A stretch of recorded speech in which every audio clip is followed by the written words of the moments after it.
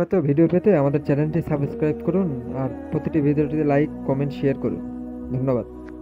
এ বিশাল মাহফিল গোটা বিশ্বে কোরআন শরীফ তাফসীরের সর্বশ্রেষ্ঠ মাহফিল চট্টগ্রাম ইসলামী সমাজ কল্যাণ পরিষদ কর্তৃক আয়োজিত চট্টগ্রাম আউটার স্টেডিয়ামে এ বিশাল জনসমুদ্রে আমরা শরীক হতে পেরে আল্লাহ পাকের দরবারে নত শিরে শুকরিয়া জ্ঞাপন করছি, পড়ছি আলহামদুলিল্লাহ। মহব্বতের সাথে জোরে সোরে সবাই পড়েন আলহামদুলিল্লাহ। রব্বানা লাকাল হামদ হামদান কাসীরান হয়তো ভিডিও পেতে আমাদের চ্যানেলটি সাবস্ক্রাইব করুন আর প্রতিটি ভিডিওটিতে মুবারাকান লাইক কমেন্ট ফীহি। শেয়ার করুন। ধন্যবাদ। ইয়া রাব্বি লাকাল হামদু কামা ইয়ানবাগি লিজালালি ওয়াজহিকা ওয়া আযীমি সুলতানিকা। আমরা মহান আল্লাহ রাব্বুল ইজ্জতের দরবারে তার প্রশংসা আদায় করে নিলাম। তিনি দয়া করে সমস্ত ষড়যন্ত্রের জালকে আপন কুদরতে টুকরা টুকরা করে ছিন্ন ভিন্ন করে ইসলামের বিজয়, কোরআনের বিজয় চট্টগ্রামবাসীর গলায় বিজয়ের মালা পরিয়ে দিয়েছেন। আল্লাহ পাক কোরআন শরীফের মধ্যে ইরশাদ করেছেন, ইউরিদুনা লিইউতফিউ নূরাল্লাহি বিআফওয়াহিহিম ওয়াল্লাহু মুতিম্মু নূরিহি ওয়ালাউ কারিহাল কাফিরুন। ওরা চায় মুখের ফু দিয়ে আমার ইসলামের আলোকে নির্বাপিত করে দেবে। আমি বুঝতে পারছি মাইকে অসুবিধা হচ্ছে, ধৈর্য ধরুন, ধৈর্য ধরুন। মাইকের অপারেটর সংশ্লিষ্ট ব্যক্তিবর্গ ব্যবস্থা করবেন। আপনারা শুধু আল্লাহকে বলেন তিনি যেন দয়া করে মাইকের আওয়াজ সর্বত্র তার গোলামদের বান্দা বান্দীদের শোনার জন্য সুযোগ করে দেন। ধৈর্য ধরতে হবে। তারপরেও বলে রাখি, কোন এলাকার মানুষ যদি শুনতে নাও পারেন, আল্লাহ না করুন শুনতে নাও পারেন, লক্ষ লক্ষ মানুষ শুনতেছে, তার ডিস্টার্ব করবেন না। অসংখ্য রেকর্ড হচ্ছে, tape recorder, audio video, CD VCD হচ্ছে, ঘরে বসে শুনতে পারবেন। যদি আজকে কেউ মাহরুম হন, আল্লাহ যেন কাউকে মাহরুম না করেন, বলেন আমিন। ডিস্টার্ব করবেন না, শুনলে ডিস্টার্ব করবেন। আল্লাহ পাক তৌফিক দান করুন ধৈর্য ধরা, বলি আমিন।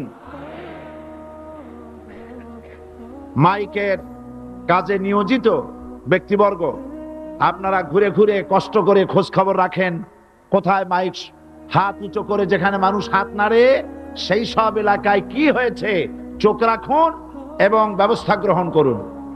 তো আল্লাহ পাক বলছেন ওরা চায় মুখের ফু দিয়ে শুনতে পারবেন, থামেন, শুনতে পারবেন, অপেক্ষা করেন। আল্লাহ পাক বলছেন মুখের ফু দিয়ে ওরা আমার আলোকে নির্বাপিত করতে চায়, কিন্তু আমার আলোকে তারা নির্বাপিত করতে পারবে না। আমি আমার দ্বীনকে পূর্ণতা দান করব। জোরে বলেন আলহামদুলিল্লাহ। কবি বলছেন, সতে জাকা রহা হ্যায় अज़ल से ता इमरोज, सते जाका रहा है अज़ल से ता इमरोज, चरागे मुस्तफा भी से शरारे बुलाबिस। সেই আবহমান কাল থেকে শুরু করে মুহাম্মদ সাল্লাল্লাহু আলাইহি সাল্লামের চেরাগকে, ইসলামের আলোকে নিভিয়ে দেওয়ার জন্য আবু জাহেলের গোষ্ঠীরা চিরকাল চেষ্টা করেছে, আল্লাহ পাক তাদের এই বাতিলের সৃষ্ট টর্নেডো, গর্কি, জলোচ্ছ্বাস, ঘূর্ণিঝড়কে সবকিছু উপেক্ষা করে মুহাম্মদ সাল্লাল্লাহু আলাইহি ওয়াসাল্লামের ইসলামের, আল্লাহর ইসলামের চারাগকে, বাতিকে জ্বালিয়ে রেখেছেন। জ্বলছে, জ্বলবে, কিয়ামত পর্যন্ত কেউ নিভাতে পারবে না।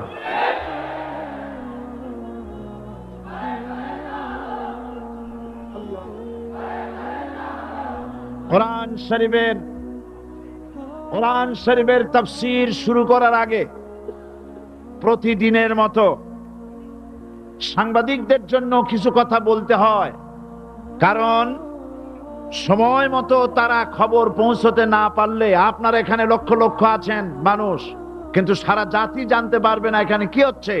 এই জন্য আমি আজকের বক্তৃতায় কি সব কথা আনবো, তাফসীরের মাধ্যমে কি সব কথা আসবে, তার একটা সামারাইজ, তার সার সংক্ষেপ, অর্থাৎ নিউজের হেডলাইন যেমন বলা হয় সেরকম কিছু কথা 2-1 মিনিটে বলেই কোরআন শরীফের তাফসীর শুরু করব।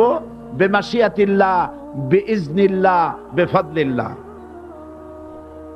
সেই কথাগুলি হচ্ছে, এই পৃথিবীতে নবী রাসূলগণের আগমন ঘটেছিল, উদ্দেশ্য ছিল এই আল্লাহর জমিনে আল্লাহর মানুষের উপরে আল্লাহর বিধান কায়েম করা। এটাই ছিল নবীদের আগমনের উদ্দেশ্য। আর শয়তানের আগমনের উদ্দেশ্য ছিল আল্লাহর বিধানের পরিবর্তে ধর্ম নিরপেক্ষ মতবাদ কায়েম করা। এজন্য পৃথিবীর কোন নবী, কোন রাসূল ধর্ম নিরপেক্ষ ছিলেন না, সবাই ছিলেন ধর্মের পক্ষে। রাসূলুল্লাহর অসংখ্য সাহাবীদের মধ্যে একজন সাহাবীও ধর্মের ব্যাপারে নিরপেক্ষ ছিলেন না। গোটা বিশ্বের সমস্ত মুহাদ্দিস, মুফাসসির এবং বড় বড় ওলামা, পীর বুজুর্গ, এমন একজন লোক পাওয়া যাবে না যিনি ধর্মনিরপেক্ষ মতবাদের অনুসারী ছিলেন।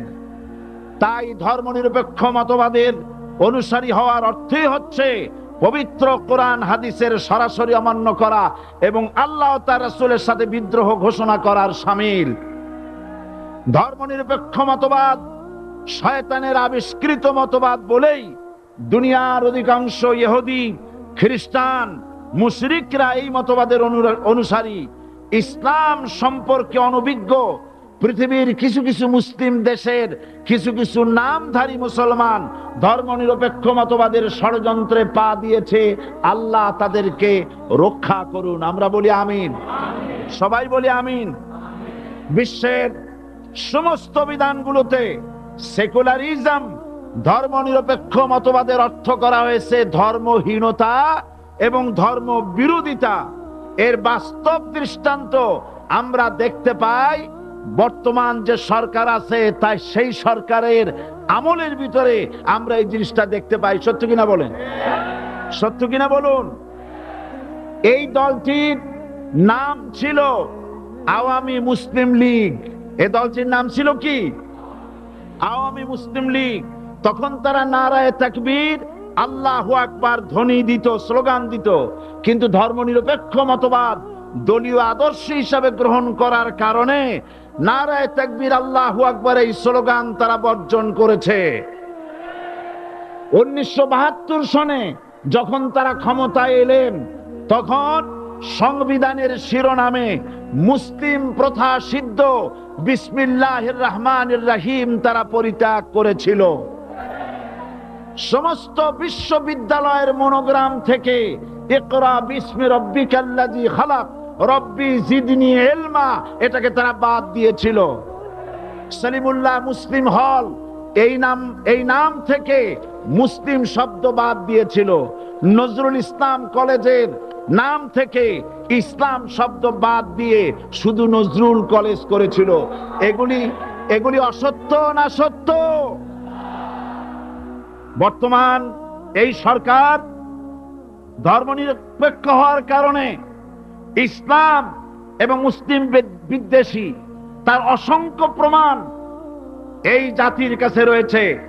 দেশের শ্রেষ্ঠ সন্তান হচ্ছে আলেম ওলামা পীর বুজুর্গ। বলেন সুবহানাল্লাহ।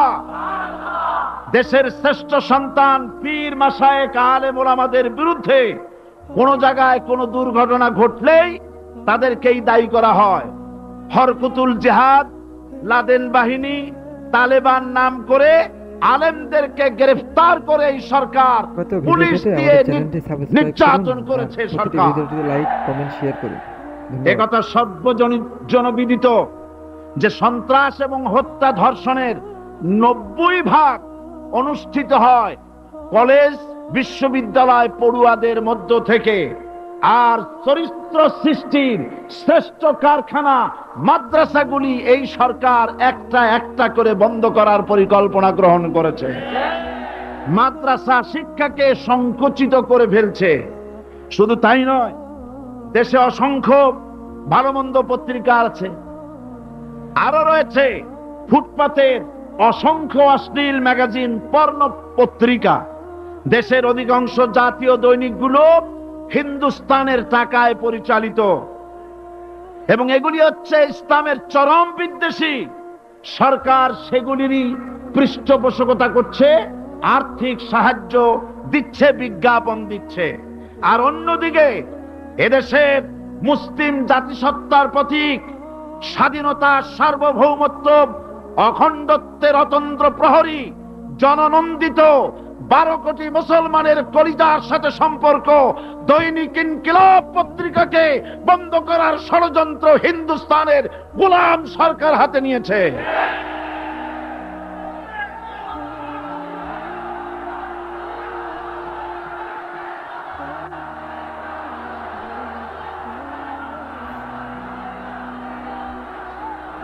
সরকার বস্তুনিষ্ঠ সাংবাদিকতায় ভয় পায়, ইসলামের পক্ষে কথা লিখলে ভয় পায়। এজন্য তারা দৈনিক ইনকিলাব এবং তার পরিবারের গায়ে হাত দেওয়ার প্রস্তুতি নিয়েছে। দৈনিক ইনকিলাবের সম্পাদকের গায়ে যদি হাত দেওয়া হয়, ইনকিলাব যদি বন্ধ করে দেওয়া হয়, সারা বাংলাদেশ অচল হয়ে যাবে।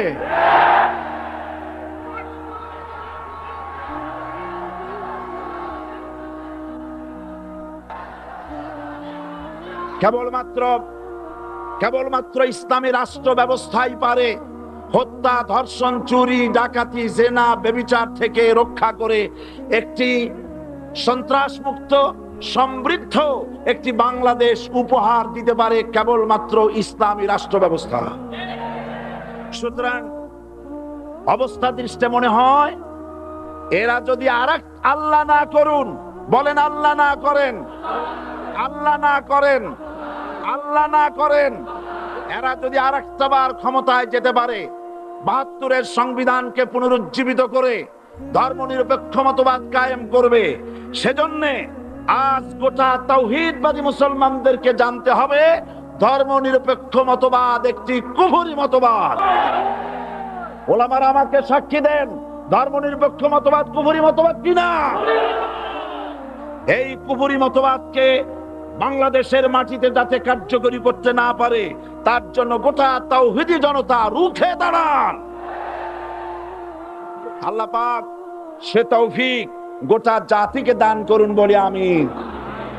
এবার আসুন কোরআনে কারীমের যে কথাগুলি আমরা আলোচনা করতে চাই আপনাদের সামনে সূরা বাকারার 255 নম্বর আয়াত আমি তেলাওয়াত করে গত 2 দিন আলোচনা করেছি। আজকে আসেন সেই যেখান থেকে শেষ করেছিলাম সেখান থেকে আলোচনা শুরু করে যাক।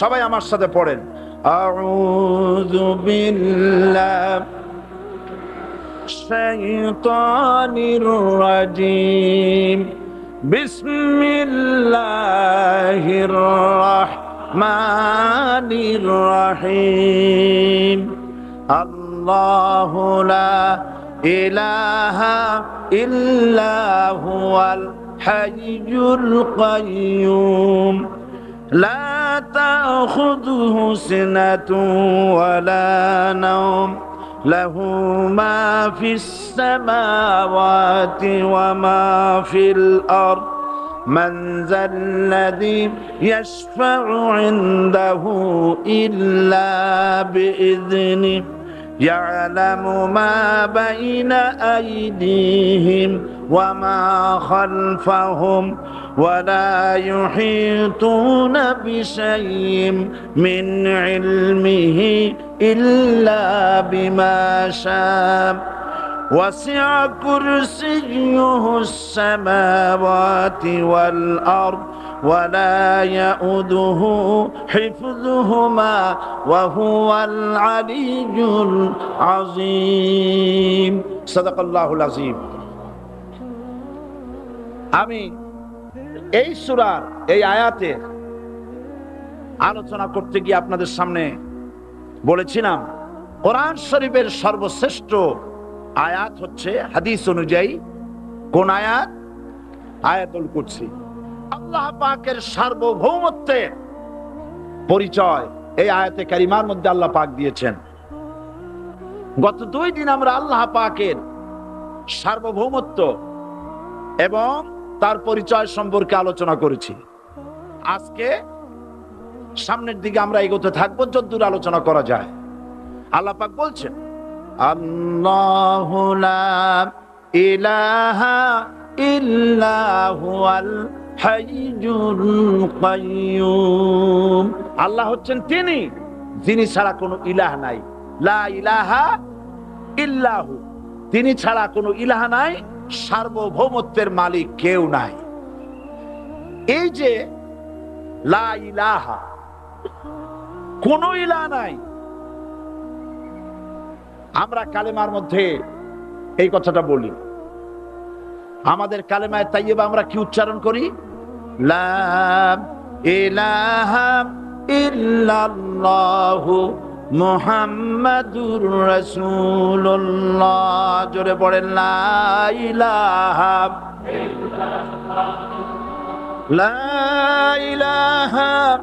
ইল্লাল্লাহু মুহাম্মাদুর রাসূলুল্লাহ। লা ইলাহা, কোন ইলাহ নাই, এই দাওয়াত দিয়েছেন দুনিয়ার সমস্ত পয়গম্বর।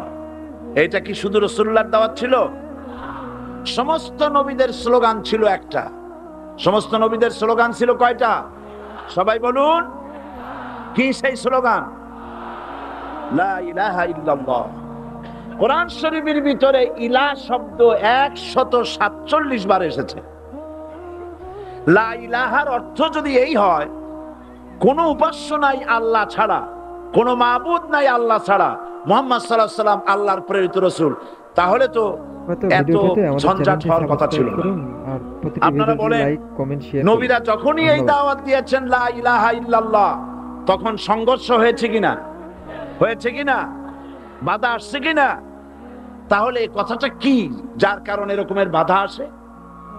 লা ইলাহা ইল্লাল্লাহ, এর চাইতে বিপ্লবাত্মক, এর চাইতে রিভলিউশন সৃষ্টিকারী কথা আল্লাহর আকাশের নিচে জমিনের উপরে আর একটাও হতে পারে না। লা ইলাহা ইল্লাল্লাহ। ইলাহ শব্দের অর্থ শুধু উপাস্য আর মাবুদ নয়। ইলাহ শব্দের অর্থ হচ্ছে আইনদাতা। ইলাহ শব্দের অর্থ হচ্ছে শাসনকর্তা। ইলাহ শব্দের অর্থ হচ্ছে বিধানদাতা। তো লা ইলাহা যখন একটি লোক ঘোষণা করে, তার অর্থ দাঁড়ায় কোনো আইনদাতা নাই, বিধানদাতা নাই, শাসনকর্তা নাই, কারো আইন মানি না, বিধান মানি না, শাসন মানি না, আল্লাহ ছাড়া। কে ছাড়া? আল্লাহ ছাড়া। এই কালেমার দাওয়াত যখন পয়গম্বরেরা দিয়েছেন, তখন 3 শ্রেণীর লোকেরা বাধা দিয়েছে। বলেন কয় শ্রেণী? সবাই বলেন। 3 শ্রেণীর লোকেরা বাধা দিয়েছে। লক্ষ্য করুন। 1 নম্বরে বাধা দিয়েছে রাষ্ট্র শক্তি। 1 নম্বরে বাধা দিল কারা? 2 নম্বরে বাধা দিয়েছে ধনাঢ্য ব্যক্তিবর্গ। 3 নম্বরে বাধা দিয়েছে যারা কায়েমি স্বার্থবাদী ধর্মীয় শক্তি। এই 3টি শ্রেণী সমস্ত নবীদেরকে বাধা দিয়েছে। সেই বাধা অতীতে যারা দিত এখন আর দেয় না, নাকি? এখনো দেয়? দেখুন, এই কালেমার দাওয়াত হযরতে মূসা আলাইহিস সালামকে যেদিন আল্লাহ পাক প্রথম ওহী দিলেন, এই দাওয়াত শুধু রাসূল দেন নাই। আল্লাহ পাক বলছেন প্রত্যেক নবী তার জাতিকে এই দাওয়াত দিয়েছেন। কি? আল্লাহ রাব্বুল আলামিন বলেন সকল নবী তার কওমকেই বলে দাওয়াত দিয়েছেন, ইয়া কওমি ইবুদুল্লাহা মা লাকুম মিন ইলাহিন গায়রু। হে সম্প্রদায়, আল্লাহ ছাড়া কোনো ইলাহ নাই, তার ইবাদত করো, তারই দাসত্ব করো, তার গোলামি করো। আল্লাহ পাক মুসা আলাইহিস সালামকে যখন নবুয়াত দিলেন, প্রথম যে হয়ে এলো, প্রথম ওহীটাই ছিল ইন্নানি আনাল্লাহ লা ইলাহা ইল্লা আনা ফা'বুদনি ওয়া আকিমিস সালাতা লিযিকরি। নিশ্চয়ই আমি আল্লাহ, আমি ছাড়া কোনো ইলাহ নাই, আইনদাতা নাই, বিধানদাতা নাই, সুতরাং আমার দাসত্ব করো এবং আমার শরণার্থে নামাজকে প্রতিষ্ঠা করো। মুসা আলাইহিস সালামকে আল্লাহ পাক ওহী দিয়ে তাকে পাঠালেন। কোথায় পাঠালেন? আল্লাহ পাক বলেন, ইযহাব ইলা ফিরআউনা ইন্নাহু তাগা। গোটা কওম নাফরমান, আল্লাহর আইন কেউ মানছে না। গোটা কওমের কাছে না পাঠাইয়া আল্লাহ পাক সর্বপ্রথম মুসা আলাইহিস সালামকে দাওয়াত নিয়ে কার কাছে পাঠালেন? ফেরাউনের কাছে। কারণ ফেরাউন হচ্ছে রাষ্ট্রশাসক। ফেরাউন কি? রাষ্ট্রশাসক। নিচের পানি পাহাড়ের উপরে যায় না, উপরের পানি না নিচের থেকে উপরে যায়, উপরের পানি নিচে আসে। সুতরাং দেশ যারা চালায় এই লোকগুলি যদি ভালো হয়, গোটা দেশ ভালো হয়। আর সমস্ত মানুষটা যদি, রাষ্ট্র যিনি পরিচালনা করেন, এই লোকগুলি যদি খারাপ হয়, গোটা দেশ খারাপ হতে বাধ্য। এই জন্য আল্লাহ পাক বলছেন, সর্বপ্রথম তুমি ফেরাউনের কাছে যাও এবং এই কালেমার দাওয়াত দাও। হযরত মুসা আলাইহিস সালাম ফেরাউনের কাছে গেলেন আর দাওয়াত দিলেন, ফেরাউন পড়ে নাও লা ইলাহা ইল্লাল্লাহ। একটি কথা আপনাদের মনে রাখতে হবে, দুনিয়ার কোন ফেরাউন, কোন নমরুদ, কোন সাদ্দাত, কোন হামান কেউ বলে নাই যে আমি আল্লাহ, আমি রাজ্জাক, আমি খালেক, আমি পৃথিবীর সৃষ্টি করেছি। কথা কেউ বলেছে? কেউ বলে নাই। কি বলেছে তারা? ফেরাউন বলেছে, মা আলিমতু লাকুম মিন ইলাহিন গায়রি, আমি তো জানি না আমি ছাড়া আরো কোনো ইলাহ আছে, এ কথা আমার জানা নাই, সুতরাং আমি হচ্ছি ইলাহ, আর তুমি বলছো লা ইলাহা। তার মানে হচ্ছে ওই সময় পয়গম্বরেরা, আল্লাহর নবীর সাহাবীরা, তারা জানতেন যে আমরা কিসের দাওয়াত দেই, আর যারা শুনতো তারাও বুঝতো কিসের দাওয়াত শুনতেছি। আজ আমার দেশে একই কালেমার দাওয়াত দেওয়া হয়, কিন্তু মানুষেরা বুঝতে পারে না কি শুনতেছি। ভাষা জানার ব্যাপারে, বোঝার ব্যাপারে হলো আসল বিষয়। এটা বুঝাতে গিয়ে আমি মাঝে মধ্যে একটা দৃষ্টান্ত দেই এভাবে। একজনের একটা রেশনের দোকান ছিল, সেই দোকানে তার একটা ময়না পাখি ছিল। আর ময়না পাখিকে কথা শেখানো যায়, সেটা তো আপনারা জানেন। জি, ময়নাকে শিখায়েছে যে লাইন করুন, এক এক করে আসুন। ময়না এই কথা শিখেছে। সকালবেলায় যখন রেশনের দোকানে ভিড় পড়ে গেছে, তখন ওই পাখি খাঁচার মধ্যে বসে বলছে লাইন করুন, এক এক করে আসুন। একদিন খাঁচার দরজা খোলা পেয়ে পাখি উড়ে গিয়ে গাছের ডালে বসেছে। আশেপাশে যত পাখি ছিল তারা চিন্তা করলো এই রকমের পাখি তো কখনো দেখি নেই। ময়না তো দেখতে কাকের মতো না, শালিকের মতো না, দেখতে একটা ভিন্ন রকম। ওরা এসে চতুর্দিক থেকে এই নবান্ত, এই যে নতুন এসেছে, ওরে ঠোকরানো শুরু করেছে চতুর্দিক থেকে। ঠোকরানি খেয়ে ময়না বলতেছে লাইন করুন, এক এক করে আসুন। এখন ময়না তো বোঝে না যে কি বলতেছি, আর যে পাখিরা ঠোকরাচ্ছে তারাও তো বোঝে না যে কি শুনতেছি। ময়না যদি বুঝতো যে আমি কি বলি, সবাই মিলে ঠোকরায়, তাই জান পাচ্ছে না। লাইন করে ঠোকরাইনি তো কলজে যাবে, সব ঠোঁটে ঠোঁটে চলে বোঝে নাই। আমাদের অবস্থা তাই হয়েছে। এই যে আপনারা এখানে দাঁড়াইছেন কেন? যারা যেখানে দাঁড়ায়, বসা মানুষেরা অনুরোধ করে বসায় দেন। এত বড় বিশাল মাহফিলে আপনি দাঁড়ায়া কোন মানুষকে কষ্ট দিবেন না, জায়েজ নাই। মুসলমানদেরকে কষ্ট দেওয়া কবিরা গুনাহ। বুঝতে পেরেছেন? যে যেখানে দাঁড়িয়েছে আপনারা বসা মানুষেরা তাদেরকে বসায় দেন। এত বড় বিশাল মাহফিলে আপনি দাঁড়ায়া কোন মানুষকে কষ্ট দিবেন না, জায়েজ নাই। মুসলমানদেরকে কষ্ট দেওয়া কবিরা গুনাহ। বুঝতে পেরেছেন? যে যেখানে দাঁড়িয়েছে আপনারা বসা মানুষেরা তাদেরকে বসায় দেন। সুতরাং এই কালেমার দাওয়াত যখন হযরতে মুসা আলাইহিস সালাম দিলেন, ফেরাউন বলল, আমি তো জানি না যে আমি ছাড়া আরো কোন ইলা আছে, আইনদাতা তো আমি, তুমি নতুন কোথা থেকে আইনদাতা নিয়ে আসছো? ফেরাউন বলছে, দেখো আমারে বাদ দিয়া যদি অন্য কাউকে ইলা বলে তুমি মানো আর সেই শিক্ষা যদি যে জাতিকে দাও, তাহলে আমি তোমাকে ধরে লাআজআলান্নাকা মিনাল মাসজুনিন, আমি তোমাকে কারারুদ্ধ করব, আমি তোমাকে জেলখানায় ঢুকিয়ে দেব। রাষ্ট্রশক্তি প্রথম বাধা দিল কারা? বলেন সবাই। সেই বাধা কি ওখানে শেষ হয়েছে না এখনো আছে? আছে কিনা জোরে বলেন। আমি তোমাকে জেলখানায় ঢুকাবো। হযরত মুসা আলাইহিস সালাম বলেন, ফেরাউন রে, জেলের ভয় আমি করি না, আমার কি জেলের ভয় দেখায়া লাভ নাই। আমি আল্লাহ পাকের পয়গম্বর হযরত মুসা আলাইহিস সালাম। ফেরাউনের দলবল আছে, লোক লস্কর আছে, তার অস্ত্রের অভাব নাই।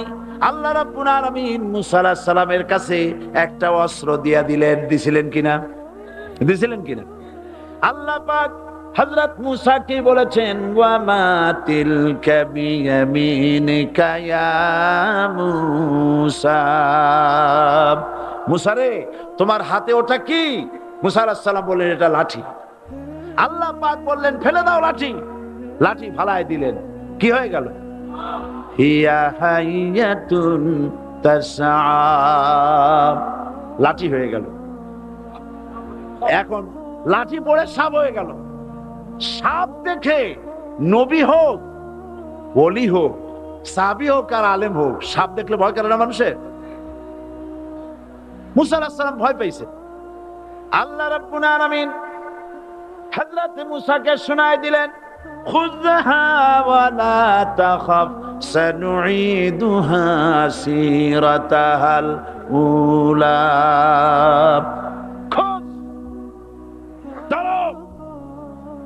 লা তাখাফ, ভয় পেও না। আল্লাহ বলছেন ধরো, ভয় পেও না। ধরার সঙ্গে সঙ্গে স্বাভাবিক অবস্থায় ফিরে আসবে, আবার লাঠি হয়ে যাবে। এখন আল্লাহ বলছেন ধরো। মুসা আলাইহিস সালাম কি ভয় পাওয়া উচিত হবে? উচিত হবে? মুসা আলাইহিস সালাম কি ভয় পাইছিলেন? কারণ হচ্ছে এই দুশমনের শক্তিটা খুব বড়ই দেখা যায়, মনে হয় যেন অনেক বড় কি জানি কি। আল্লাহ পাক বলছেন, ইন্না কাইদাশ শায়তানে কানা দাঈফা, শয়তানের চক্রান্ত যতই তুমি মনে করো অনেক ষড়যন্ত্রের জাল বিস্তার হয়ে আছে, আল্লাহ কয় কিছুই না, দাঈফা, অত্যন্ত দুর্বল। আল্লাহ পাক বললেন ধরো। মুসা আলাইহিস সালাম সাপ ধরলেন, সঙ্গে সঙ্গে লাঠি হয়ে গেল। ফেরাউন বরদাস্ত করলো না। রাষ্ট্রশক্তির পক্ষ থেকে আক্রমণ শুরু হলো। অপরাধ কি? মুসা আলাইহিস সালামের অপরাধ কি? কি অপরাধ? মাশাআল্লাহ, বুঝতে পেরেছেন। অপরাধ হচ্ছে তিনি বলেছেন লা ইলাহা, জোরে বলেন লা ইলাহা ইল্লাল্লাহ।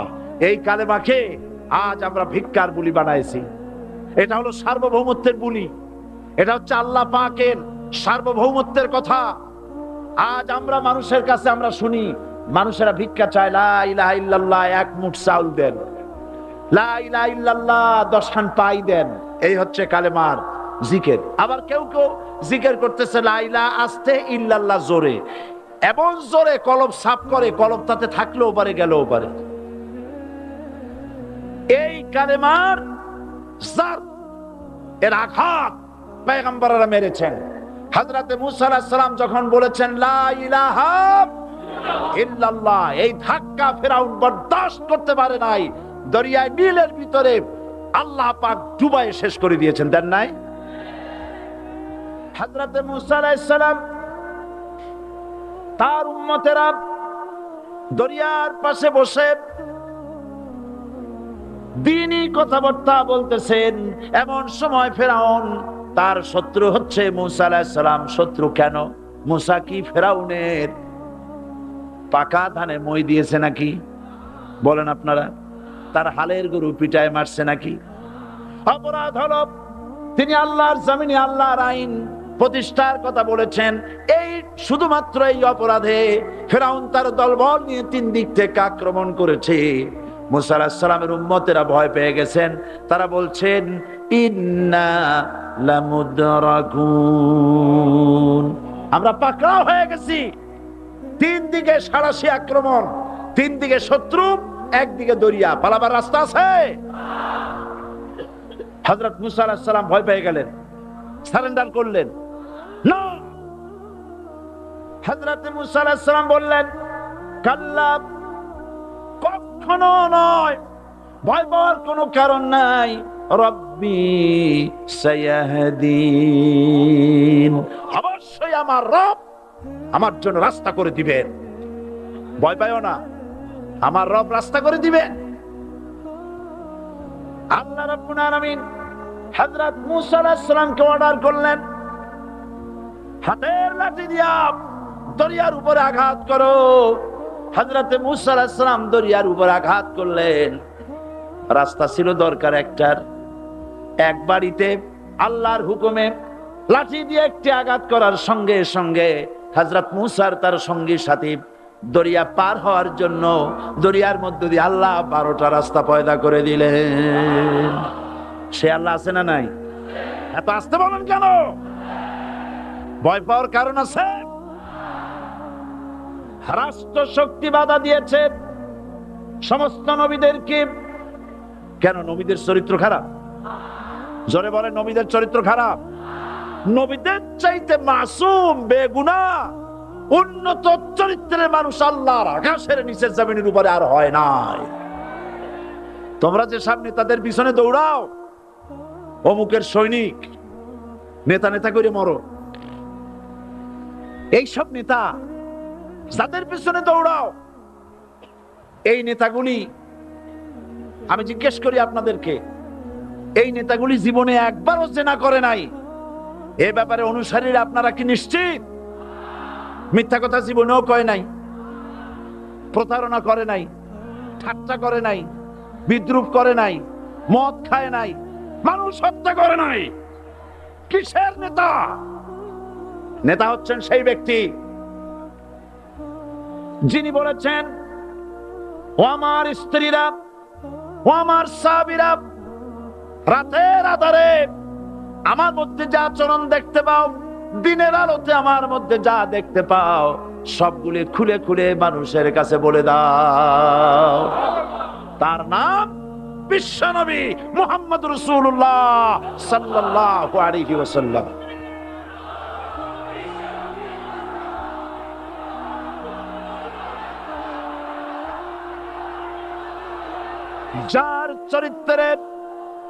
যার চরিত্রের সার্টিফিকেট আল্লাহ রাব্বুল আলামিন নিজে দিচ্ছেন, ওয়া ইন্নাকা লাআলা খুলুকিন আযীম।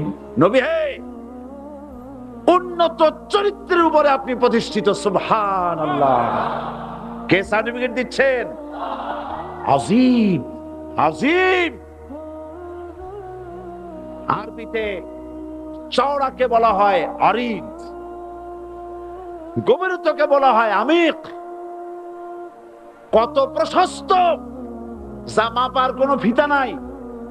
কত গভীর, যা মাপার কোনো যন্ত্র নাই। এইটাকে আরবিতে বলা হয় আজিম। সুবহানাল্লাহ বলতে ইচ্ছে করে না? ও নবী, তোমার চরিত্র এমন যা মাপার মতো যন্ত্র পৃথিবীতে নাই। এই সার্টিফিকেট দিলেন কে? সমস্ত নবীরাই চরিত্রবান, নবীরা মাসুম বেগুনাহ। সুবহানাল্লাহ বিহামদি। সেই নবীরা মার খান নাই? খেয়েছেন কিনা বলেন? কারা মেরেছে? রাষ্ট্র শক্তি। কারা মেরেছে? কারণ নবীরা বলেছেন লা ইলাহা ইল্লাল্লাহ, পড়েন সবাই লা ইলাহা ইল্লাল্লাহ। আপনিও যদি নবীদের মতো সাহাবীদের মতো বুঝা এই কলেমার দাওয়াত দেন, বাধা আসবেই। বোঝাবুঝির ব্যাপার, বুঝতেই সারলো। কত মাহফিল হয় বাংলাদেশে, হয় না? কোনো বাধা নাই, ঠিক কিনা? কত পূজা হয়, পার্বণ হয়, গান হয়, থিয়েটার হয়, গুনাগার বিবির গান হয়, কত কিছু হয়। কোনো বাধা আছে? তাফসীরের মাহফিলে বাধা।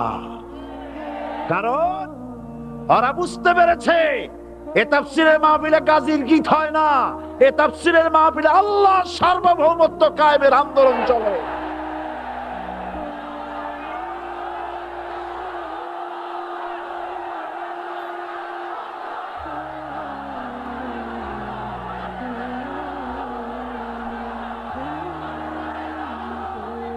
এবার দেখুন, এবার কলেমা বোঝেন, কালেমা বুঝুন।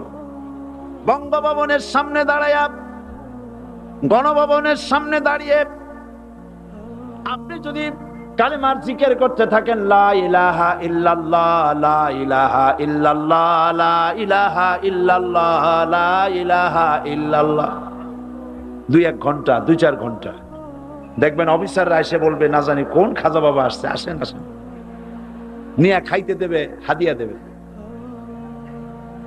যেহেতু যিনি পড়তেছেন উনি বোঝেন না কি বলতেছেন, আর যারা দাওয়াত দিয়ে নিয়ে গেল ওরা টের পায় নাই যে কি কি শুনে দাওয়াত দিতেছে। কিন্তু আপনি যদি বঙ্গভবন, গণভবন, সেক্রেটারিয়েট আর পার্লামেন্ট এর ভিতরে ঢুকে যদি বলেন, কোন মানুষের তৈরি করা আইন মানি না, কোন সরকারের সার্বভৌমত্ব স্বীকার করি না, কারো বিধান মানি না, কারো তৈরি করা আইনের সামনে মাথা নত করি না, আল্লাহ ছাড়া কারো বিধান মানি না, হাদিয়া আসবে, খাইতে দেবে, পকেটে টাকা দেবে, খাওয়াবে এক জায়গায় নিয়ে। কোন জায়গায়? লাল দালানে। বোঝাবুঝি পেগম্বরেরা দাওয়াত দিয়েছেন, আয়াতুল কুরসি ফরজ নামাজ পড়িয়া দেখছি অনেকেই জামার বুতাম টুতাম খুলিয়া তারপরে জোরে একটা ফু দেন।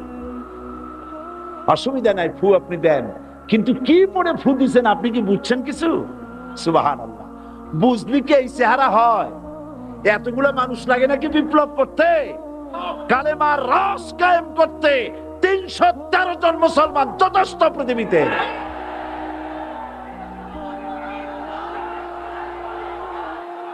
কত ভিডিও পেতে আমাদের চ্যানেলটি সাবস্ক্রাইব করুন আর প্রতিটি ভিডিওটিতে লাইক, কমেন্ট, শেয়ার করুন। ধন্যবাদ।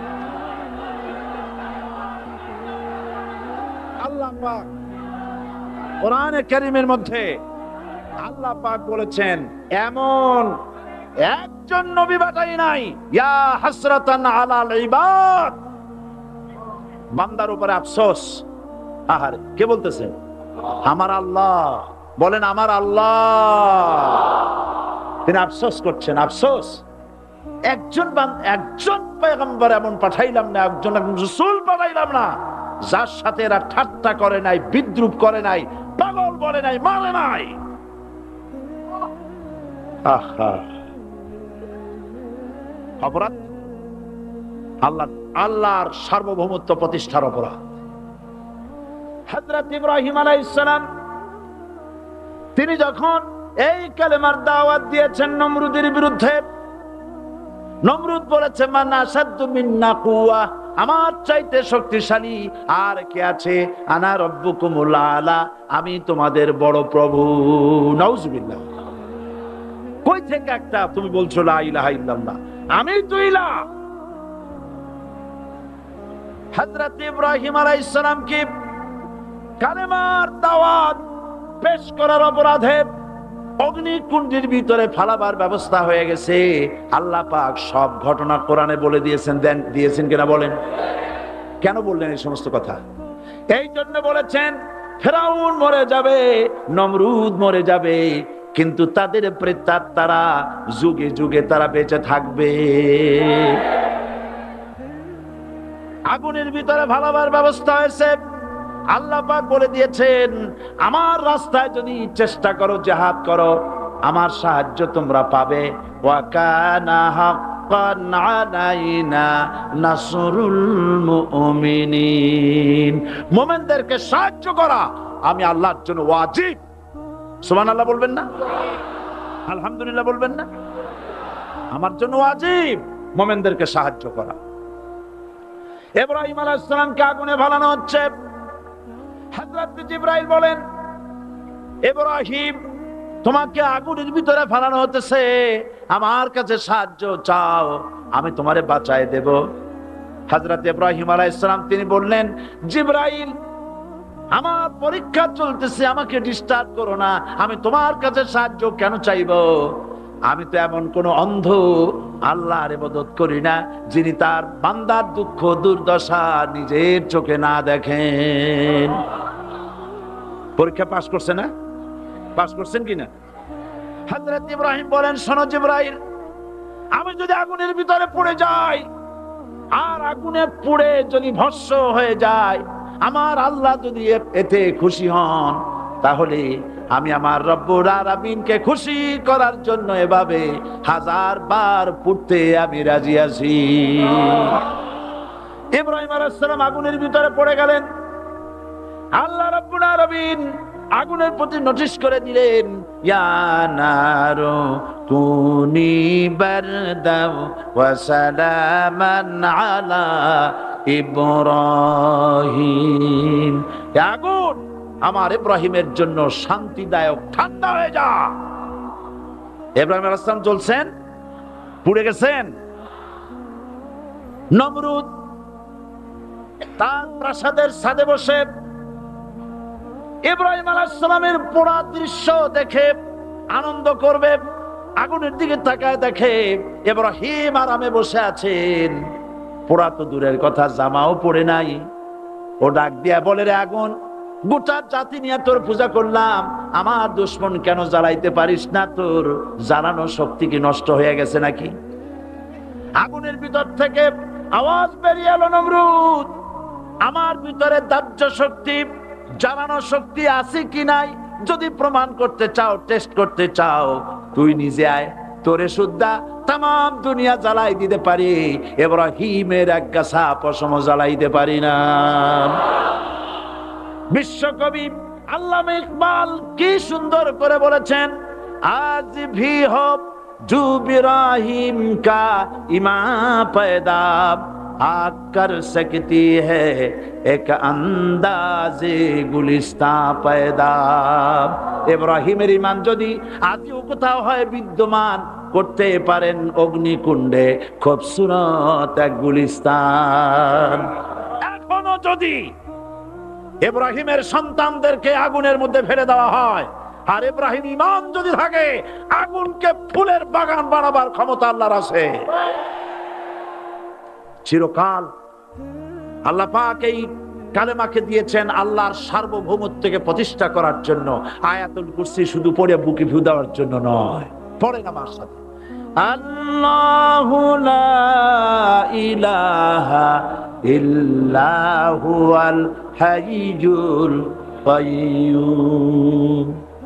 দুনিয়ার সমস্ত পয়গম্বর অত্যাচারিত হলেন, শুধু তাই নয়, বিশ্ব নবী আখেরি জামানার পয়গম্বর নবী মুহাম্মদ রাসূলুল্লাহ সাল্লাল্লাহু আলাইহি ওয়াসাল্লাম জাতির কাছে আসলেন।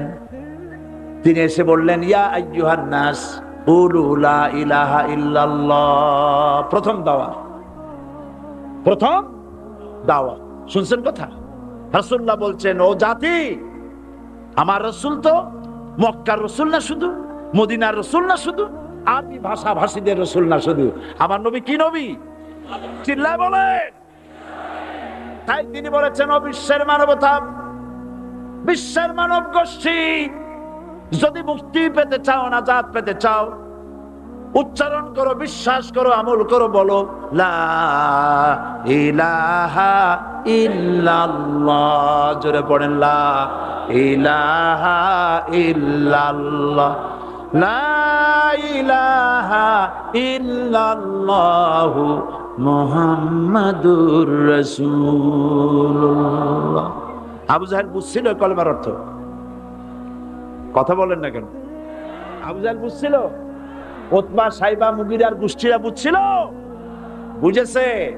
তারপরে তারা চিন্তা করলো যে সর্বনাশ তো করছে, লা ইলাহা, কোন ইলাহ নাই, আইনদাতা নাই, বিধানদাতা নাই, তাহলে আমরা কি ঘরে বসে বসে কি করব?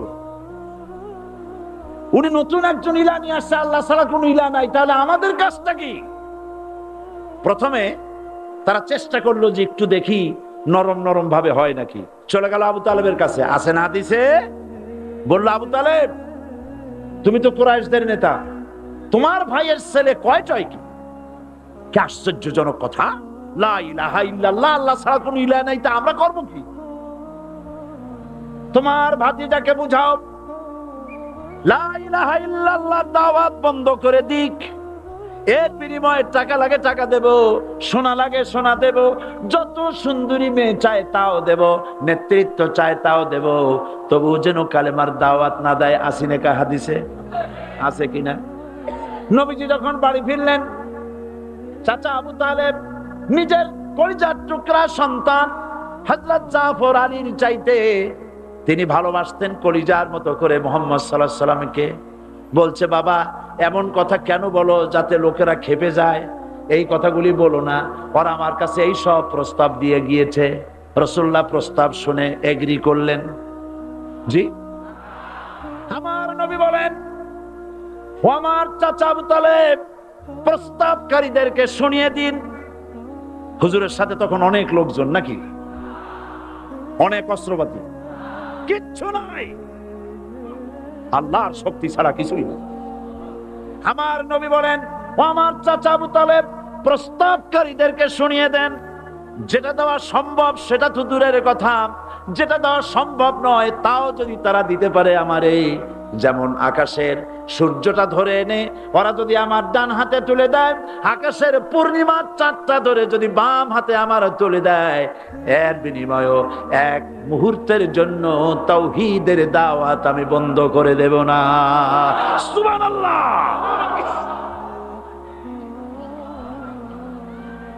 রাসূল করিম সাল্লাল্লাহু আলাইহি ওয়াসাল্লাম তাদের এই প্রস্তাবকে যখন গ্রহণ করলো না, কাফেরেরা বুঝলো, আমি আগেই বলেছি 3 শ্রেণীর লোক বাধা দিয়েছে। কয় শ্রেণী? প্রথম শ্রেণী কি? রাষ্ট্র শক্তি, তাদের হাতে অস্ত্রপাতি তো খুব শক্তি, আর তারা একবার ক্ষমতায় যায় ওরা মনে করে এই ক্ষমতা থেকে আমাদেরকে কেউ নামাইতে পারবে না। বিংশ শতকের শ্রেষ্ঠ মুজাদ্দিদ আল্লামা সৈয়দ আবু দাদা মওদুদী রাহমাতুল্লাহ আলাইহি তিনি এক জায়গায় লিখেছেন, স্বৈরাচারীরা তার পতনের সমস্ত ছিদ্র বন্ধ করে, কিন্তু একটা ছিদ্র বন্ধ করতে পারে না, মনের ভুলে সে ছিদ্রটা থেকেই যায়, যেই ছিদ্র দিয়ে আসলে তার পতনটা হবে। ক্ষমতায় গিয়ে মনে করে চিরকাল ক্ষমতায় থাকবো। ভারতের প্রধানমন্ত্রী পণ্ডিত জওয়াহরলাল নেহেরু রাঁচি পাগলা গারদে গিয়েছেন, মেন্টাল হসপিটাল।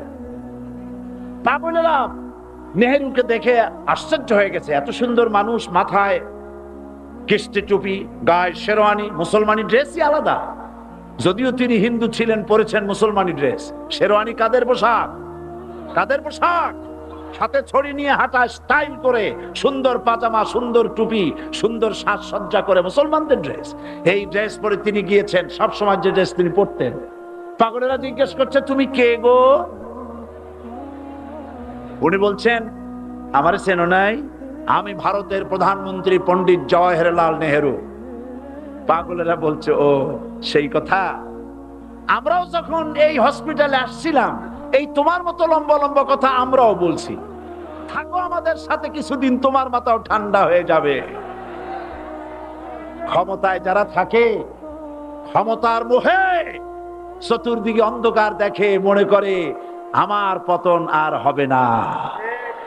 কিন্তু তোমাকে বুঝিবে যে গোকুলে বাড়ি শেষে গাড়ির চাকা সব সময় উপরে থাকে না। গাড়ির চাকা সব সময় উপরে থাকলে গাড়ি তো চলবেই না, গাড়ির চাকা ঘোরে বলেই তো গাড়ি চলে। সুতরাং এই উপরে তোমার চাকা উপরে এখন আছে বলে, তোমার দলের চাকা উপরে আছে বলে যারা মানুষের উপরে জুলুম করছো, আলেমদেরকে ধরতেছো, মুসল্লিদেরকে ধরে ধরে জেলে ঢুকাচ্ছ, সময় আসবে এমন ইন্দুরের গর্ত পাবানা পালাবার জন্য।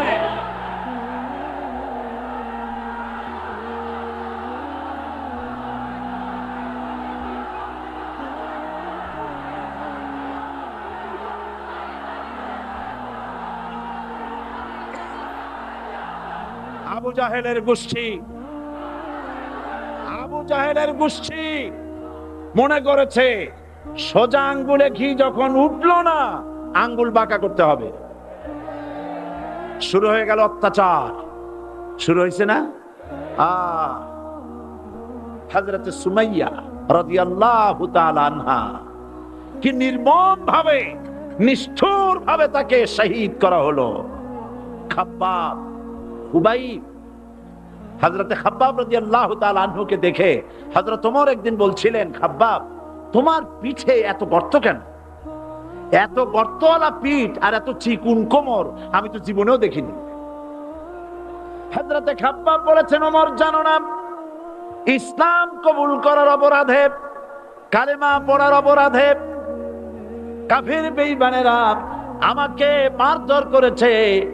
যখন আমি তাদের মারে কালেমা ছাড়ি নাই, তখন আগুন জ্বালায়া আগুনের আংটা আগুনের উপরে আমাকে চিৎ করে শোয়ায়া, আমি যেন নড়াচড়া করতে না পারি সেজন্য আমার বুকের উপরে পাথর চাপা দিয়ে রেখেছে। আগুনে গোশত পুড়ে পুড়ে আগুন ভিতরে ঢুকেছে, গায়ের রক্ত আর চর্বি গলে গলে পড়ে আগুনগুলো নিভেছে। ওই পিঠে যে গর্ত হয়েছে আজও পর্যন্ত সেই গর্ত মিটে যায় নাই। হযরত খাব্বাব রাদিয়াল্লাহু তাআলা আনহু বলছেন, বুখারী শরীফে হাদিসে ভাবে এসেছে, ওয়ান খাব্বাব বিনুল আরিদ রাদিয়াল্লাহু তাআলা আনহু আন্নাহু ক্বাল শাকাউনা ইলা রাসূলিল্লাহ সাল্লাল্লাহু আলাইহি ওয়াসাল্লাম ওয়া হুয়া মুতাওয়াসসাদুন বুরদাতুন লাহু ফি জিল্লিল কাবা। আমি গেলাম রাসূলুল্লাহর কাছে, যে দেখি হুজুর বাইতুল্লাহ শরীফের ছায়ায় আরাম ফরমাচ্ছেন। আমি কাছে গিয়া বললাম, আলা তাস্তানসিরু লানা আলা তাদউ লানা ইয়া রাসূলুল্লাহ, হে রাসূল আপনি কি আমাদের জন্য দোয়া করবেন না? আপনি কি আমাদের জন্য আল্লাহর কাছে সাহায্য প্রার্থনা করবেন না? মার খেয়ে খেয়ে তো শেষ হয়ে গেল। শুনতেছেন আপনারা? আল্লাহর নবী উঠে বসলেন, বললেন, খাব্বাব শোনো, তোমাদের আগে যারা এই পৃথিবীতে এসেছিলেন দ্বীনের দাওয়াত দেওয়ার জন্য, সমকালীন রাষ্ট্র শক্তি তাদেরকে ধরতো, ফায়ুখাজুর রাজুলু ফায়ুহফারু লাহু ফিল আরদ, তার জন্য তারে ধরে নিয়া মাটির মধ্যে গর্ত করত, ফায়ুজআলু ফিহা, এরপরে সেই গর্তের ভিতরে তাকে কোমর পর্যন্ত গেড়ে দিত। সুম্মা ইউতা বিল মানশার, এরপরে করাত আনা হতো, ফায়ুদাউ আলা রাসিহি, এরপরে করাতটা মাথার উপরে রাখা হতো, ফায়ুজআলু নিসফাইন, এরপরে করাত দিয়া চিরে চিরে জীবিত মানুষটাকে দ্বিখণ্ডিত করে ফেলে দিত। মা ইয়াসুদ্দুহু যালিকা আন দীনি, এত কষ্ট দেওয়ার পরেও, এত জুলুম করার পরেও দ্বীনের দায়ীদেরকে এক চুল পরিমাণ আল্লাহর রাস্তা থেকে তারা সরাই দিতে পারে নাই। ওয়াল্লাহি, ও খাব্বাব, আমি আমার আল্লাহর নামে কসম করি। মুসলমান কে কসম করতেছে? আল্লাহ রাসূল। আমি আমার আল্লাহর নামে কসম করি, ওয়াল্লাহি লা ইউতাম্মান্নাল্লাহু হাদাল আমর হাত্তা ইয়াসির রাকিবু মিন সানা ইলা হাযরামাউত। সেদিন বেশি দূরে নয়, ইয়েমেনের রাজধানী সানা থেকে শুরু করে সৌদি আরবের হাযরামাউত পর্যন্ত হাজার হাজার মাইল, এই দীর্ঘ পথে যুবতী নারী তার সৌন্দর্যের পশ্চা নিয়া, আর ধনাঢ্য ব্যক্তিরা সওদাগরেরা তাদের টাকা পয়সা নিয়া একাকে নিয়ে অথবা দলবদ্ধ ভাবে মানুষেরা যাতায়াত করবে। লা ইয়াখাফু ইল্লাল্লাহ, মানুষের মনের মধ্যে কোনো ভয় থাকবে না। এমন একটা সময় আসবে, ওয়ালাকিন্নাকুম তাস্তাজিলুন, অথচ তোমরা বড্ড তাড়াহুড়ো করছো। তাড়াহুড়ো করো না, অপেক্ষা করো, ধৈর্য ধরো, মার খাও, জেলে যাও, শহীদ হও, আল্লাহর রাজ কায়েম হবেই হবে।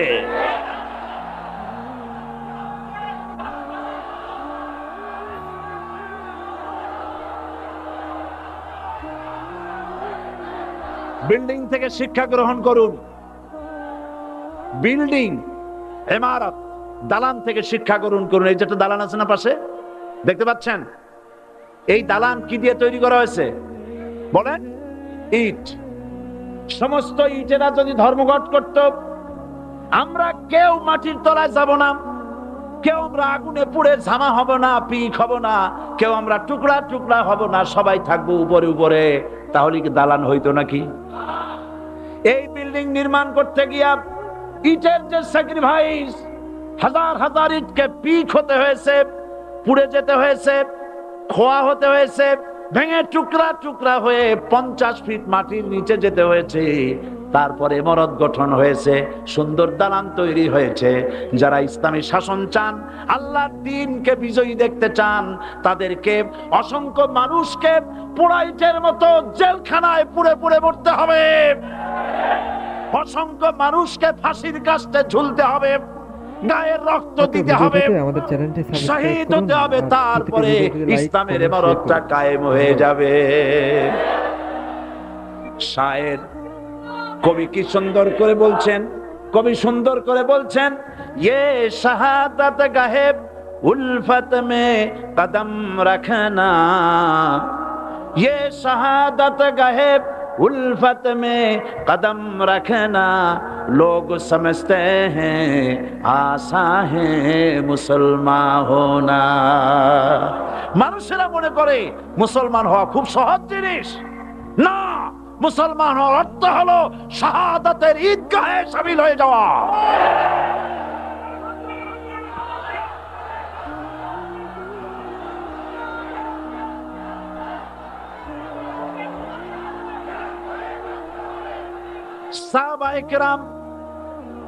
সাহাবায়ে কেরাম মার খেলেন, এবার স্বয়ং আল্লাহর নবীর গায়ে হাত তুলল।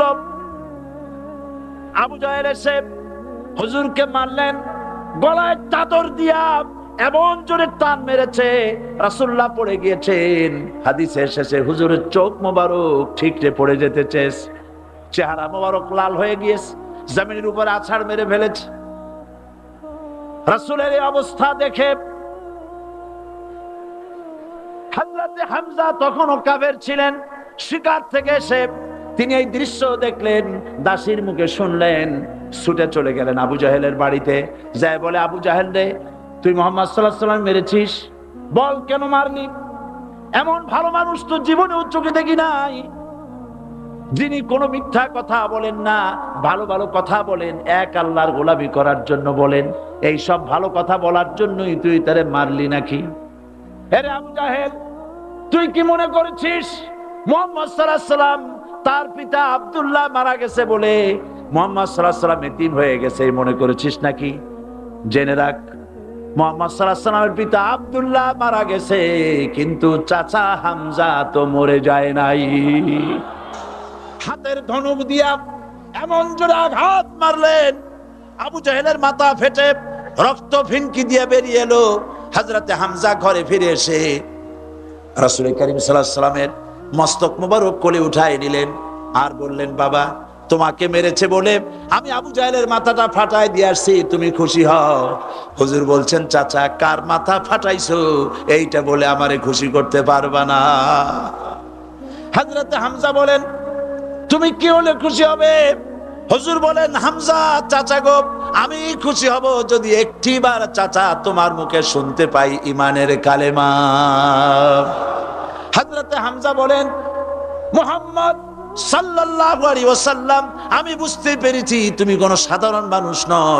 সাধারণ মানুষ হলে পরে তুমি প্রতিশোধে বিশ্বাসী হতে, খুশি হতে।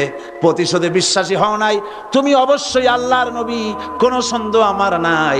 তুমি সাক্ষী থাকো, আমি পড়ে নিলাম, লা ইলাহা ইল্লাল্লাহু মুহাম্মাদুর রাসূলুল্লাহ। জোরে পড়ো, লা ইলাহা ইল্লাল্লাহু মুহাম্মাদুর রাসূলুল্লাহ। ঘাবড়াবার কারণ নাই। এর অর্থ এই নাই যে আপনারা কালেমার দাওয়াত দিবেন আর রাষ্ট্রশক্তি আপনারে পিটাইতেই থাকবে, আপনার কোনদিন আপনার সুদিন ফিরে আসবে না। বিষয়টা কি এমন না। আমার আল্লাহর ওয়াদা শুনুন, ওয়ালা তাহিনু ওয়ালা তাহজানু ওয়া আনতুমুল আলাউনা ইন কুনতুম মুমিনিন। মুমিন যদি হও আমি তোমাদেরকে বিজয় দান করব। সুবহানাল্লাহ বলেন। আজ যদি আমাদের উপরে বিপদ এসে থাকে তাহলে তার একমাত্র কারণ পূর্ণাঙ্গ ঈমানের অভাব আমাদের মধ্যে রয়েছে, ঠিক কিনা? আজ পৃথিবীতে সব থেকে মার খায় কারা? চিল্লায় বলো। আলজেরিয়ায় কারা? বসনিয়ায় কারা? চেচনিয়ায় কারা? প্যালেস্টাইনে কারা? আহা, প্যালেস্টাইনের মুসলমানদেরকে মেরে মেরে শেষ করে দিল। দেখছেন ছবিতে না? দেখেন না? প্যালেস্টাইনের মুসলমানদের যে কে যখন মারা হচ্ছে, বাংলাদেশের প্রধানমন্ত্রী তখন আমেরিকায় ক্লিনটনের সঙ্গে কথা বলতেছেন। তিনি ক্লিনটনের কাছে তার পিতৃ হত্যার জন্য দায়ী সাজাপ্রাপ্ত 3 জন ব্যক্তিকে ফেরত চাচ্ছিলেন। আমার দৃষ্টিতে এটা কোনো অপরাধ নয়। সন্তান তার পিতার প্রতি আকর্ষণ থাকবে। আমার আপত্তি সেখানে আপনি প্রধানমন্ত্রী শুধু শেখ পরিবারের প্রধানমন্ত্রী নন, শুধু আওয়ামী লীগের প্রধানমন্ত্রী হওয়া উচিত নয় আপনার। আপনি পৃথিবীর দ্বিতীয় বৃহত্তম বাংলাদেশের 12 কোটি মুসলমানের প্রধানমন্ত্রী। পিতৃ হত্যার আসামি ফেরত চাইলেন, কিন্তু বিল ক্লিনটনের আশ্রয় প্রশ্রয় লালিত পৃথিবীর অসভ্য জাতি সন্ত্রাসী ইহুদিরা প্যালেস্টাইনের মুসলমানদেরকে পাখির মতো গুলি করে হত্যা করছে। আপনি কেন এর জবাব চাইলেন না?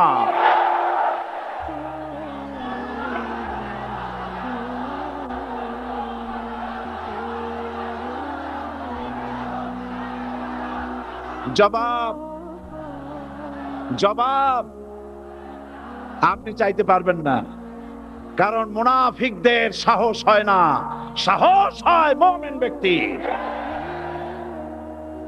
বিল ক্লিনটনকে বলা দরকার ছিল, এই ইসরায়েলকে তোমরাই বসিয়েছো, মধ্যপ্রাচ্যের বিষ ফোড়ায় পরিণত করেছো তোমরা। তবে হ্যাঁ, যুরিবাত আলাইহিমুজ জিল্লাতু ওয়াল মাসকানা ওয়া বাউ বিগাদাবিন মিনাল্লাহ। আল্লাহর গজব আসবে, ইহুদিরা পৃথিবী থেকে নিশ্চিহ্ন হবেই হবে ইনশাআল্লাহ। দেখেছেন তাকায়া প্যালেস্টাইনে ইসরায়েলিরা হেলিকপ্টার, গানশিপ, কামান, বোমা নিক্ষেপ করছে, আর প্যালেস্টাইনের শিশু কিশোর যুবকেরা ইহুদিদের নিক্ষিপ্ত বোমা আর কামানের মোকাবেলা করতেছে পাথর দিয়ে। আমি আমার অন্তরের অন্তঃস্থল থেকে ধন্যবাদ জানাই, মোবারকবাদ জানাই খালিদ বিন ওলীদের উত্তরসূরি, খাব্বাব খুবাইবের উত্তরসূরি প্যালেস্টাইনের ওই সব যুবকদেরকে যারা কাফের বেঈমান ইহুদিদের মোকাবেলা করতেছে ইট আর পাথর দিয়ে। আর আমি আমার অন্তরের অন্তঃস্থলের সমস্ত ঘৃণা দিয়ে আমি ধিক্কার জানাই পৃথিবীর মুসলিম শাসকদেরকে, যারা মুসলমানদের মার দেখে চুপ করে যারা বসে আছে।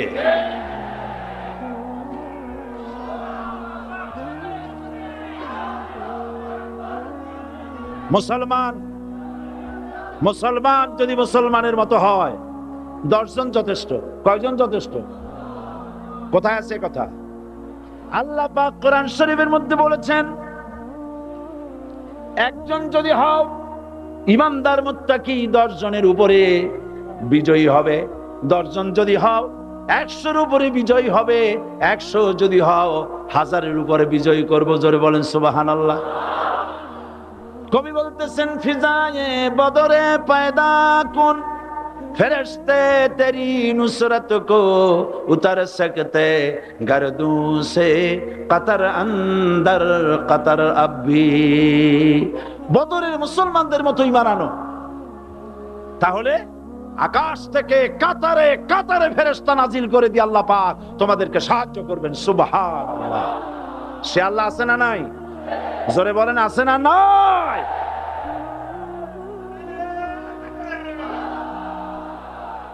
সেই আল্লাহ রাব্বুল আলামিন কোরআনে কারীমের ভিতরে আয়াতুল কুরসির মধ্যে বলে দিয়েছেন, আল্লাহু লা ইলাহা ইল্লা হুয়াল হাইয়ুল কাইয়্যুম। প্রাণ খুলে সবাই পড়েন, বসা মানুষ, দাঁড়ানো মানুষ। আল্লাহু লা ইলাহা ইল্লা হুয়াল হাইয়ুল কাইয়্যুম। আল্লাহ রাব্বুল আলামিন, তিনি ছাড়া কোনো ইলাহ নাই, তিনি সার্বভৌমত্বের মালিক, কেউ নাই আল্লাহ ছাড়া। এই কথা মানুষকে ঘোষণা করতে হবে। বাধা, এই কথা বললেই বাধা দেবে কয় শ্রেণীর লোক? 3 শ্রেণী। প্রথম শ্রেণী হচ্ছে কে? রাষ্ট্রশক্তি। আজও তারা বাধা দিচ্ছে। আল্লাহর আইন দিয়ে দেশ চালাও, তারা তাদের মন মর্জি মোতাবেক আইন দিয়ে দেশ চালাবে। আল্লাহ পাক বলছেন, আলা আলাহুল খালকু ওয়াল আমরু। সৃষ্টি যার, আইন চলবে তার। কারো বাবার আইন চলতে পারে না, নিজেদের তৈরি করা আইন চলবে না। ইনিল হুকমু ইল্লা লিল্লাহ। একমাত্র আইন চলবে কার? এই আইন রাসূল করিম সাল্লাল্লাহু আলাইহি ওয়াসাল্লাম মদিনায় কোরআন দিয়ে প্রতিষ্ঠিত করেছিলেন। আল্লাহর বিধান, আল্লাহর সার্বভৌমত্ব কায়েম করেছিলেন। কোরআন সংবিধান হলো, চুরি বন্ধ হলো, ডাকাতি বন্ধ হলো, জেনা বন্ধ হলো, হত্যা বন্ধ হলো, ধর্ষণ বন্ধ হলো, সব কিছু বন্ধ হয়ে গিয়ে মুসলমানেরা শান্তি লাভ করলো, পৃথিবীর মানুষ শান্তি লাভ করলো। সুবহানাল্লাহ বিহামদিহি। আজ মুসলমানেরা শত্রু চেনে না, বন্ধু চেনে না। বন্ধুকে বানায়েছে শত্রু, শত্রুকে বানায়েছে বন্ধু। কে বন্ধু কে শত্রু চিনাই দিবেন কে? আল্লাহ। বলেন কে দিবেন? আল্লাহ রাব্বুল আলামিন কোরআনে কারীমের মধ্যে পরিষ্কার করে বলেছেন, লাতাজিদান্না শাদ্দান নাসি আদাওয়াতান লিল্লাযীনা আমানুল ইয়াহুদা ওয়াল্লাযীনা আশরাকু। আল্লাহ পাক বলছেন, হে রাসূল, মানুষের ভিতরে 2টা শ্রেণী মুমিনদের জন্য সবথেকে জঘন্য দুশমন। কয়টা শ্রেণী? 2টা। একটা হলো ইহুদ, আর একটা হলো মুশরিক। একটা হলো ইহুদি, আর একটা হলো মুশরিক। এটা হলো তোমাদের দুশমন। আর আজ আমাদের দেশে, পৃথিবীর বিভিন্ন দেশে মুসলমানেরা মুশরিকদের সঙ্গে সম্প্রীতি বাড়াচ্ছে, মুসলমানদের সাথে শত্রুতা বাড়াচ্ছে। আজ আমার দেশে পূজা পার্বণে বাধা নাই। পূজা পার্বণে বাধা আছে? পূজা পার্বণে বাধা নাই। বাধা কোথায়? কোরআন শরীফের তাফসীর মাহফিলে। কোরআনের তাফসীরের মাহফিলে বাধা দেওয়া হচ্ছে। গান বাজনায় 144 ধারা নাই, কিন্তু কোরআন শরীফের মাহফিলে 144 ধারা দেওয়া হচ্ছে।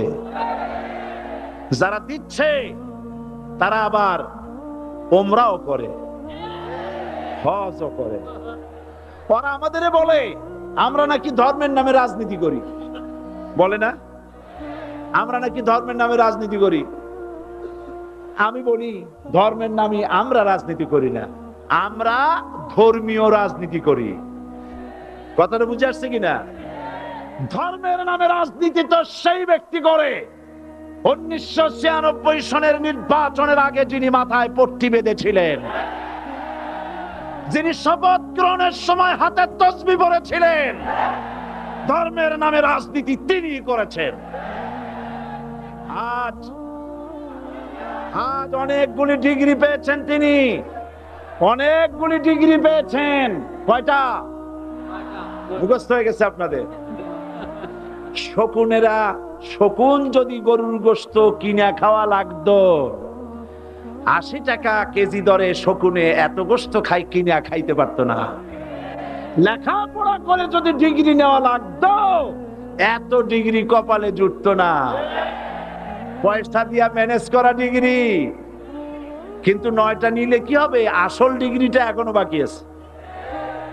আসল ডিগ্রি কোনটা?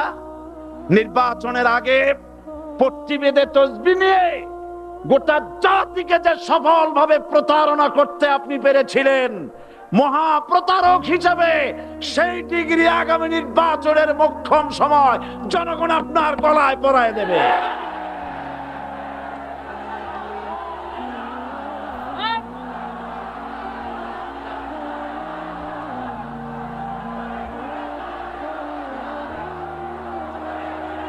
সুতরাং ধর্মের নামে রাজনীতি নয়, আমরা ধর্মীয় রাজনীতি করি, আমরা এই কোরআনের রাজনীতি করি।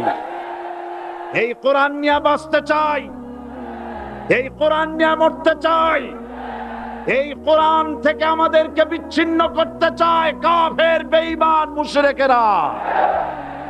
ও আমার জাতি, কোরআন থেকে যারা বিচ্ছিন্ন করতে চায়, তোমরা কি তাদের বিরুদ্ধে জিহাদের জন্য প্রস্তুত থাকবে?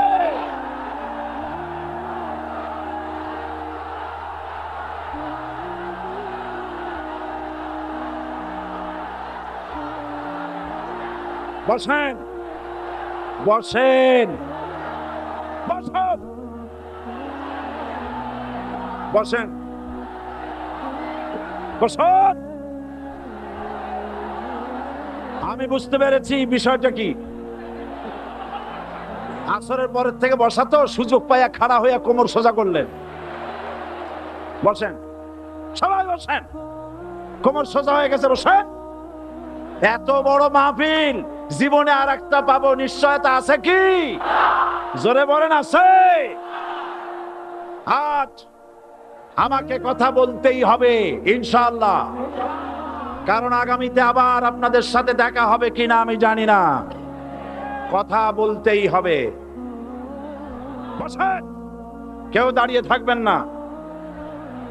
আমি দেখতে পাচ্ছি বাংলাদেশের ভাগ্য আকাশে উত্তর গগনে কালো মেঘ জমা হয়েছে, ঝড়ের পূর্বাভাস লক্ষ্য করছি। যদি মোকাবেলা করতে না পারেন সক্ষম ভাবে, এমন অন্ধকার গাঢ় কালো অমাবস্যা রাত আসতে পারে যার সুবে সাদে খাওয়া অসম্ভব। সুতরাং আপনারা কি কাপুরুষের মতো কাফের মুশরিকদের গোলামি করে মরতে চান? বিড়ালের মতো 500 বছর বেঁচে থাকার কোনো লাভ নাই। সিংহের মতো 1 ঘন্টা বাঁচতে চাই। আমাদেরকে বলা হয় সাম্প্রদায়িক উস্কানিমূলক কথা নাকি আমি বলি। পত্রপত্রিকা দিছে না তারা, সাম্প্রদায়িক উস্কানি কথা। সাম্প্রদায়িক উস্কানিমূলক কথা বলি, সেই জন্যই বোধহয় শত শত মুসলিম আমাদের কাছে এসে মুসলমান হয়। মানুষে আর বোকা বানানো যাবে না। যাবে কি? আর বোকা বানানো যাবে? তারপর বলছে কি, এরপরে বলছে আমাকে বলছে রাজাকার। শুনে রাখো চট্টগ্রামের লক্ষ লক্ষ জনতা, পার্লামেন্টে যখন আমাকে এই কথা বলা হয়েছিল, আমার পার্লামেন্টের কলিগ জাফরুল্লাহ চৌধুরী সাহেব বসে আছেন এখানে, জাফরুল ইসলাম চৌধুরী বসে আছেন পাশে, প্রধানমন্ত্রী সুদ্ধা, অন্তত 3 শতাধিক পার্লামেন্টের সম্মানিত সদস্যরা সেদিন বসা।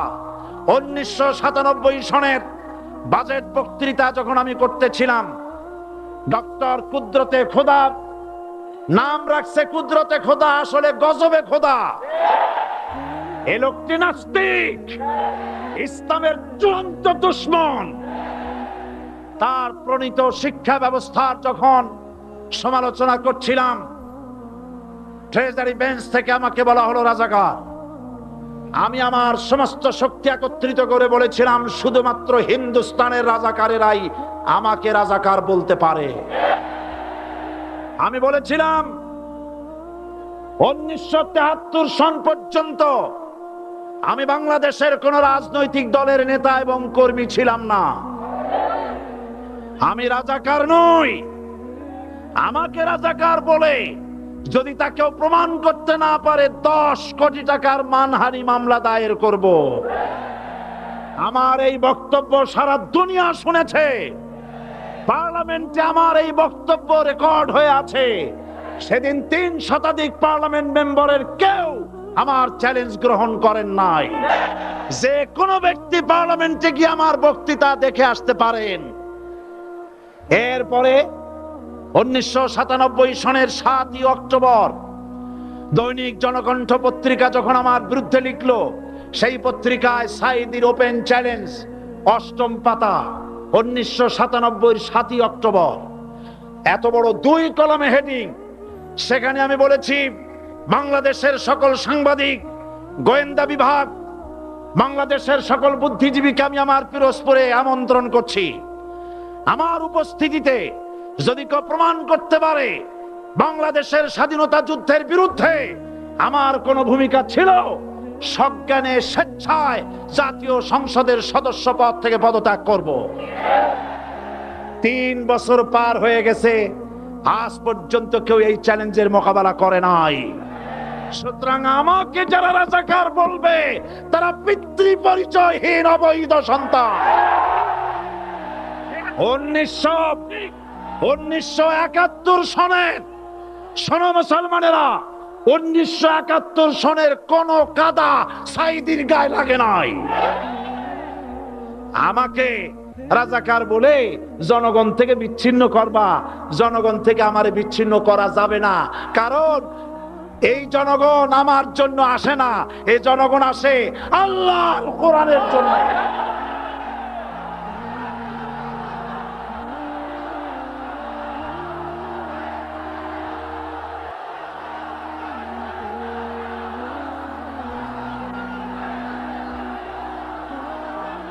আজকে যারা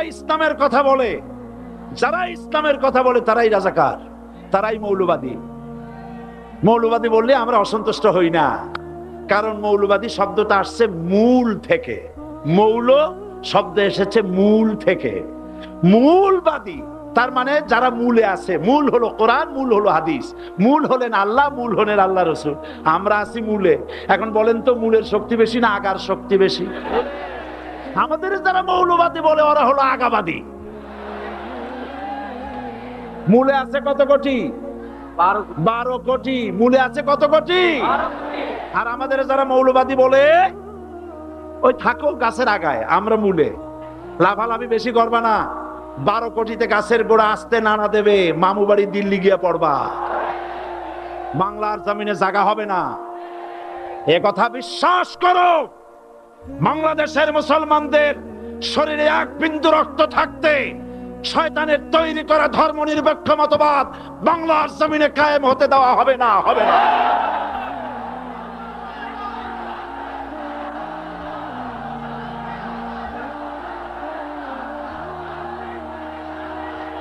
রাসূল করিম সাল্লাল্লাহু আলাইহি ওয়াসাল্লাম কোরআন প্রতিষ্ঠার জন্য আন্দোলন করেছিলেন।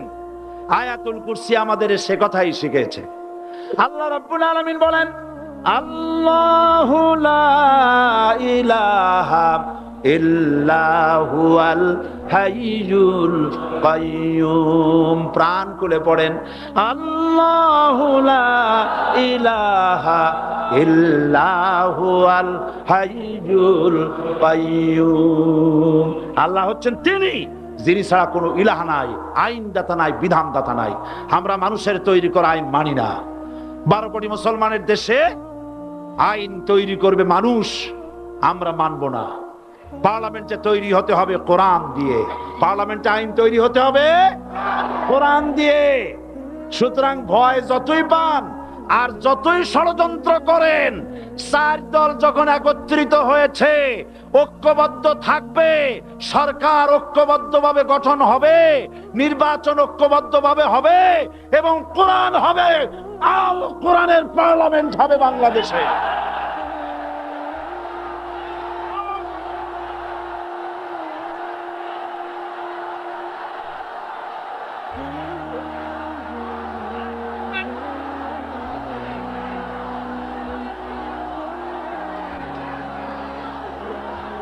বীর চট্টলার বীর চট্টলার মুসলমানেরা, বীর চট্টলার মুসলমানেরা, স্বাধীনতার ঘোষণা এই চট্টগ্রাম থেকে স্বাধীনতার মহান ঘোষক প্রেসিডেন্ট জিয়াউর রহমান সাহেব দিয়েছিলেন।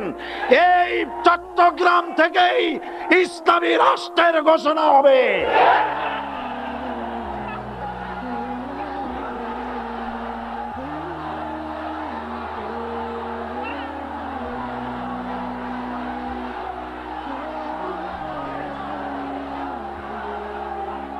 আমি আশাবাদী আপনারা অবশ্যই তা পারবেন। আমি 100% বিশ্বাস করি ইনশাআল্লাহ। কারণ যে ষড়যন্ত্রের মোকাবেলা করে স্থানীয় রাজনৈতিক দলের নেতৃবৃন্দ কোরআনের মাহফিল সিনায় এনেছেন, আমি প্রথম দিনেই বলেছি চট্টগ্রাম তাফসিরুল কোরআন মাহফিল কোন রাজনৈতিক দলের প্রতিনিধিত্ব করে না। এটা কোন জামাত শিবিরের একক সম্পদ নয়, এটা চট্টগ্রামের মুসলমানদের কলিজার টুকরা তাফসীরের মাহফিল। সুতরাং এই মাহফিল চট্টগ্রামে থাকবে ইনশাআল্লাহ কিয়ামত পর্যন্ত। 144 ধারা 288 হয়ে গেছে, ষড়যন্ত্র পায় পায় চলে গেছে।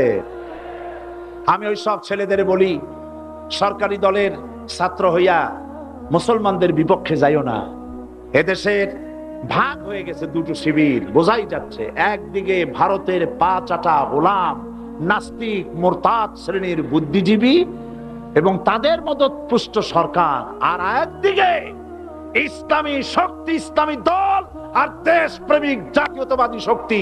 একদিকে হিমালয় পাহাড় আর একদিকে সূচো ইঁদুর। আল্লাহ বিজয় দেবে মুসলমানদের। কাদের বিজয় হবে? বাংলাদেশে কোরআনের রাজ কায়েম হোক, তাকে আপনারা চান? কারা কারা চান? দু হাত উঁচু করে দেখান। দাঁড়াবেন না, দাঁড়াবেন না।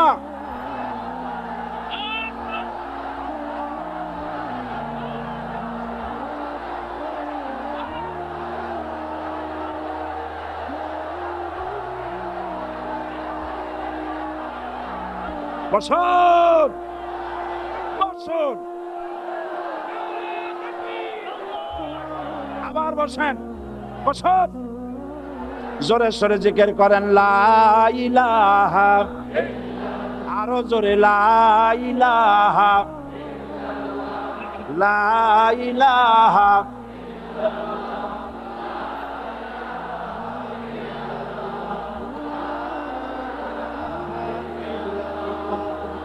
লা ইলাহা ইল্লাল্লাহ, লা ইলাহা,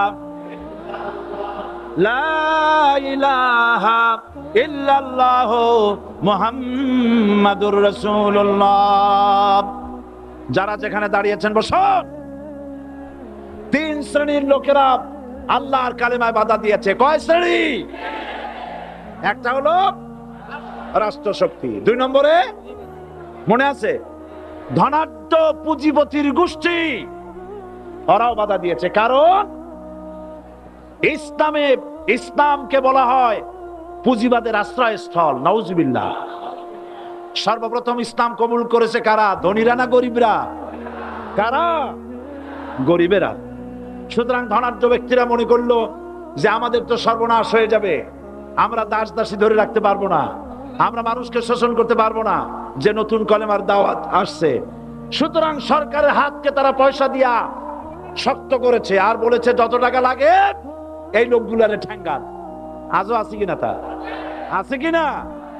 3 নম্বরে বাধা দিয়েছে ধর্মের নামের এক শ্রেণীর কায়েমি স্বার্থবাদী শক্তি, যার সম্পর্কে সূরা তাওবায় আল্লাহ পাক বলেছেন ইন্না কাসীরাম মিনাল আহবারি ওয়ার রুহবান লা ইয়াকুলুনা আমওয়ালান নাস বিল বাতিল ওয়া ইয়াসুদ্দুনা আন সাবিলিল্লাহ। ইহুদি আহলে কিতাবদের মধ্যে এক শ্রেণীর বুজুর্গ ধরনের লোক, দরবেশ জাতীয় লোক, যারা নাকি মানুষের সম্পদকে বাতিল পন্থায় ভক্ষণ করে, ওয়াসুদ্দুন আন সাবিলিল্লাহ, এবং আল্লাহর রাস্তায় চলার জন্য মানুষকে বাধা প্রদান করে। তো ভিডিও পেতে আমাদের চ্যানেলটি সাবস্ক্রাইব করুন আর প্রতিটি ভিডিওটিতে লাইক কমেন্ট শেয়ার করুন। ধন্যবাদ।